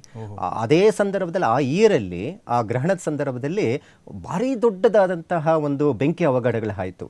ಎಷ್ಟು ಒಂದು 20 ಜನ ಬೆಂಕಿಯಲ್ಲಿ ಆಹುತಿಯಾಗಿರುವಂಥದ್ದು ಇದೆ. ಸೊ ಇದಕ್ಕೆ ಕಾರಣ ಈ ಗ್ರಹಣದ ಪ್ರಭಾವ ತೀವ್ರತೆ. ಗ್ರಹಣ ಆದ 2 ದಿನದಲ್ಲೇ ಇದು ಸಂಭವಿಸಿರುವಂಥದ್ದಿದೆ. ಸೊ ಇದೂ ಅಷ್ಟೇ ಮುನ್ಸೂಚನೆಗಳು ಅಂತ ಹೇಳ್ತೀವಿ. ಈಗ ಗ್ರಹಣ ಇನ್ನೂ ಸಂಭವಿಸ್ತಾ ಇಲ್ಲ, ನಾಳೆ ಇದೆ. ಹಾಗಾಗಿ ಇವತ್ತಿಗೆ ಅದು ಗ್ರಹಣದ ಪ್ರಭಾವ ಏನಾಗುತ್ತೆ ಅಂತ ಹೇಳಿದ್ರೆ ಹಿಂದೆ ಮತ್ತು ಮುಂದೆ 2 ದಿನಗಳಲ್ಲೂ ಅದರ ತೀವ್ರತೆ ಇರುವಂಥದ್ದು ಇರುತ್ತೆ. ಈಗ ನಾವು ಅಮಾವಾಸ್ಯೆ ಆಗ್ಬೋದು, ಹುಣ್ಣಿಮೆ ಆಗ್ಬೋದು, ನಾವು ಪ್ರತಿನಿತ್ಯ ನಾವು ಮನೆಯಲ್ಲೇ ಏನೋ ಅವ್ರಿಗೆ ಶಾಸ್ತ್ರ ಗೊತ್ತಿಲ್ಲ, ಏನೋ ಅದ್ರ ಗ್ರಹಣ ಆಗ್ಬೋದು, ಗ್ರಹಗಳ ಬಗ್ಗೆ ಗೊತ್ತಿಲ್ಲ. ಯಾರಾದರೂ ವಯಸ್ಸಾಗಿರೋರು ಅಜ್ಜಿ ಇದ್ದರೆ, ನೋಡಪ್ಪ ನೀನು ನಾಳೆ ಅಮಾವಾಸ್ಯೆ ಇದೆ, ನೀನು ಎಲ್ಲಿ ದೂರ ಹೋಗಬೇಡ ಅಂತ ಹೇಳ್ತಾರೆ. ಹೌದು, ಅವರು ಹೇಳಿದ ನಿಜ. ಭಾರಿ ಅಪಘಾತಗಳಾಗಿರುವಂಥದ್ದು ಅಮಾವಾಸ್ಯೆ ಹಿಂದಿನ ದಿವಸ, ಹುಣ್ಣಿಮೆ ಹಿಂದಿನ ದಿವಸ ಅಂತ ನಾವು ಲೆಕ್ಕಾಚಾರ ಮಾಡಬಹುದು. ಈ ಗ್ರಹಣ ಸಂದರ್ಭದಲ್ಲಿನೂ ಅಷ್ಟೇ ಆದ 15 ದಿನದ ಕಾಲ ಬಹಳ ಹೆಚ್ಚಿನ ಮಟ್ಟಿಗೆ ಭಾರಿ ಹೊಡೆತ ಬೀಳುವಂಥದ್ದು ಇರುತ್ತೆ. ಅದು ಪ್ರಕೃತಿಯ ಮೇಲೆ ಬೀಳುವಂಥ ಹೊಡೆತ ಇರಬಹುದು, ಅಥವಾ ರಾಶಿಗಳು ಮನುಷ್ಯರ ಮೇಲೆ ಬೀಳುವಂತಹದ್ದು ಹೊಡೆತ ಇರಬಹುದು. ಅದು ಯಾವುದೇ ರೀತಿಯಾದಂಥ ಜಾತಿ ಧರ್ಮ ಅಂತ ನೋಡಿ ಬರಲ್ಲ. ಪ್ರತಿಯೊಬ್ಬರಿಗೂ ಇದು ತೊಂದರೆ ಉಂಟಾಗುವಂಥ ಸಾಧ್ಯತೆ ಇರುತ್ತೆ. ಎಸ್ ಗುರುಜಿ. ಗುರುಜಿ, ಈಗ ಗಣೇಶನ್ ಕೂರಿಸಿದ್ದಾರೆ, ಎಲ್ಲ ಕಡೆಗಳಲ್ಲಿ ನೋಡ್ತಾ ಇದ್ದೀವಿ. ಈಗ ದೇವಸ್ಥಾನದ ಬಾಗಿಲುಗಳನ್ನು ಏನೋ ಬಂದ್ ಮಾಡಿಬಿಡ್ತಾರೆ, ಪೂಜೆ ಇರೋದಿಲ್ಲ. ಆದರೆ ಈಗ ಗಣೇಶನ್ ಕೂರಿಸಿದಾರಲ್ವಾ, ಮತ್ತೆ ಮತ್ತು ಮೂರ್ತಿ ಪೂಜೆ ಹೇಗೆ ಮತ್ತೆ ಅಂತ ಪೂಜೆ ಸ್ಟಾಪ್ ಮಾಡಬೇಕಾ? ಇಲ್ಲಿ ಅವರು ಎಷ್ಟು ದಿನ ಇಟ್ಟಿದ್ದಾರೆ ಅನ್ನುವಂಥದ್ದು ನೋಡ್ಕೋಬೇಕಾಗುತ್ತೆ. ಯಾಕಂತ ಹೇಳಿದ್ರೆ ಈಗ ನಾವು ದೇವಸ್ಥಾನಗಳಿಗೂ ಪೂಜೆ ನಿಷಿದ್ಧ ಆಗಿರುವಂಥದ್ದಿದೆ. ಯಾಕಂದರೆ ಗ್ರಹಣದ ಒಂದು ಛಾಯೆ ಏನಿದೆ, ಸೂತಕ ಛಾಯೆ ಅಂತ ಹೇಳ್ತೀವಿ. ಹಾಗಾಗಿ ಈಗಾಗಲೇ ಬೆಳಗ್ಗೆ ನಾವು ಹಿಂದೆ ಗಣಪತಿ ಹಬ್ಬ ಬಂದಾಗೂ ಹೇಳಿದ್ವಿ, ಅದನ್ನು ಏನಾದರೂ ತೆಗೆಯುವಂಥದ್ದಿದ್ರೆ ಹುಣ್ಣಿಮೆ ಬಂತು, ಹಾಗಾಗಿ ಬೆಳಗ್ಗೆ ಇಟ್ಟು ಅಥವಾ ಸಂಜೆ ತೆಗಿಬಹುದು, ಅಥವಾ ಹುಣ್ಣಿಮೆ ಆದಮೇಲೆ ತೆಗೆಯುವಂಥದ್ದಿದೆ ಅಂತ ಹೇಳಿದೆ. ಹಾಗಾಗಿ ಈಗ ಏನಾಗಿದೆ ಅಂತ ಹೇಳಿದ್ರೆ, ಗ್ರಹಣ ಇರುವಂಥದ್ದು ರಾತ್ರಿ ನಾವು 7 ಗಂಟೆ ಒಳಗಡೆನೇ ತೆಗಿಬೇಕಾಗುತ್ತೆ. 9:27 ಪ್ರಾರಂಭ ಆಗುತ್ತೆ. ಸೊ ಹಾಗಾಗಿ ಬೆಳಗ್ಗೆನೆ ಭಾನುವಾರ ಆಗಿರೋದ್ರಿಂದ ಎಲ್ಲರೂ ಗಣಪತಿನ ವಿಸರ್ಜನೆ ಮಾಡಬೇಕಂದ್ರೆ ಸಂಜೆನೇ ಆಗುವಂಥದ್ದು ಇರುತ್ತೆ. ಹಾಗಾಗಿ ಬೆಳಗ್ಗೆನೇ ವಿಸರ್ಜನೆ ಮಾಡೋದು ಬಹಳ ಮುಖ್ಯವಾಗಿರುವಂಥದ್ದು. ಅಕಸ್ಮಾತ್ ಆಗಲಿಲ್ಲ ಅಂತ ಹೇಳಿದ್ರೆ ಗ್ರಹಣ ಆದ ಮೇಲೆ ಬಿಡುವಂಥದ್ದು ಇರುತ್ತೆ, ಅಷ್ಟು ಪ್ರಶಸ್ತವಾಗಿ ಇರೋದಿಲ್ಲ.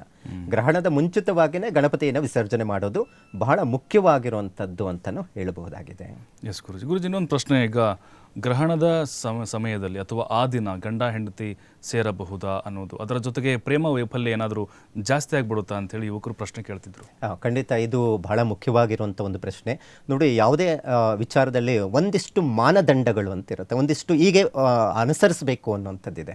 ಯಾವುದೇ ಕಾರಣಕ್ಕೂ ನೋಡಿ, ಜಟಿಲವಾದಂಥ ಪದಾರ್ಥಗಳು, ಈಗ ನಾನ್ ವೆಜ್ ಆಗ್ಬೋದು, ಸಸ್ಯಾಹಾರಿಗಳಾಗಿರುವಂಥವರಾಗಿದ್ದರೆ ಅವ್ರಿಗೇನು ತೊಂದರೆ ಏನಿರೋದಿಲ್ಲ.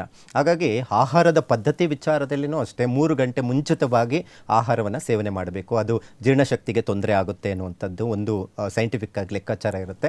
ಹಾಗಾಗಿ ಕೆಲವ್ರಿಗೆ ಗ್ಯಾಸ್ಟ್ರಿಕ್ ಅಥವಾ ಇನ್ನೇನೋ ಕಾಯಿಲೆ ಇರುತ್ತೆ. ಕನಿಷ್ಠ ಪಕ್ಷ 1 ಗಂಟೆ ಮುಂಚಿತವಾಗಿ ಆದರೂ ಆಹಾರವನ್ನು ಸೇವನೆ ಮಾಡೋದು ಬಹಳ ಮುಖ್ಯವಾಗಿರುವಂಥದ್ದು.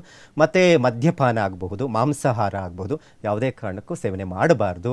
ಮತ್ತು ದಂಪತಿಗಳ ನಡುವೆಯೂ ಸಹ ಏನಾದರೂ ಈ ಕೆಲವೊಂದು ಸಂಯೋಗ ಆಗುವಂಥದ್ದು ಇದೆಲ್ಲ ನಿಷಿದ್ಧ ಅಂತ ಹೇಳ್ಬೋದು. ಯಾಕಂತ ಹೇಳಿದ್ರೆ ಹುಟ್ಟುವಂಥ ಮಗುವಿಗೆ ಅಂಗವಿಕಲತೆ ಮತ್ತು ಬುದ್ಧಿಮಾನ್ಯತೆ ಆಗಿ ಜನನ ಆಗುವಂಥ ಸಾಧ್ಯತೆ ನಾವು ನೋಡಬಹುದಾಗಿದೆ.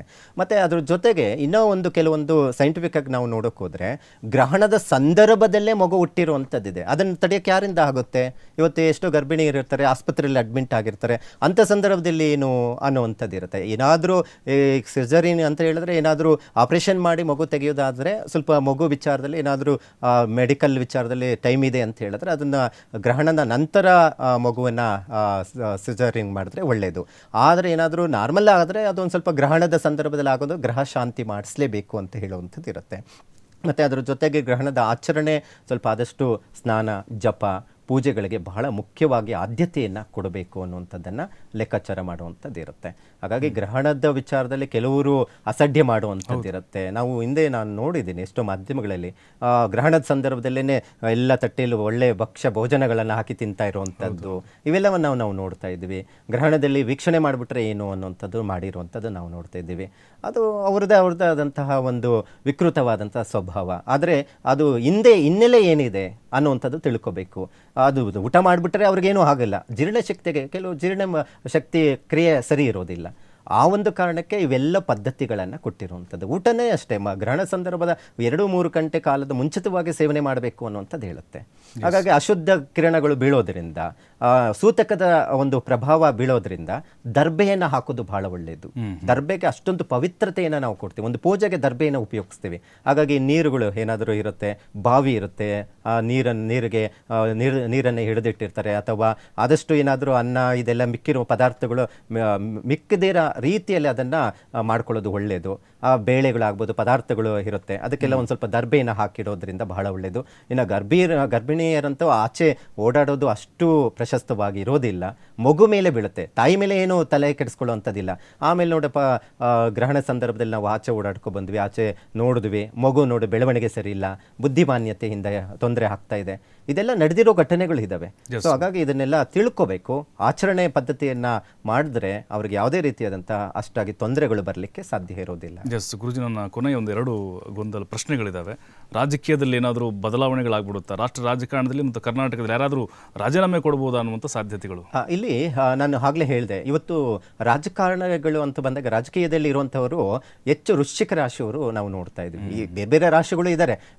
ನಾವು ಮಿಥುನ ರಾಶಿ ನಾವು ನೋಡೋಕೆ ಹೋದರೆ ಇವತ್ತು ಮುಖ್ಯಮಂತ್ರಿಗಳಾಗಿ ಸೇವೆ ಮಾಡಿದ್ರು, ಮತ್ತು ಈಗ ಸೆಂಟ್ರಲ್ ಗೌರ್ಮೆಂಟಲ್ಲಿ ಇರುವಂಥದ್ದಿದೆ. ಸಿಂಹರಾಶಿಯವರು ಇದ್ದಾರೆ, ಇಲ್ಲ ಅಂತ ನಾನು ಹೇಳಲ್ಲ.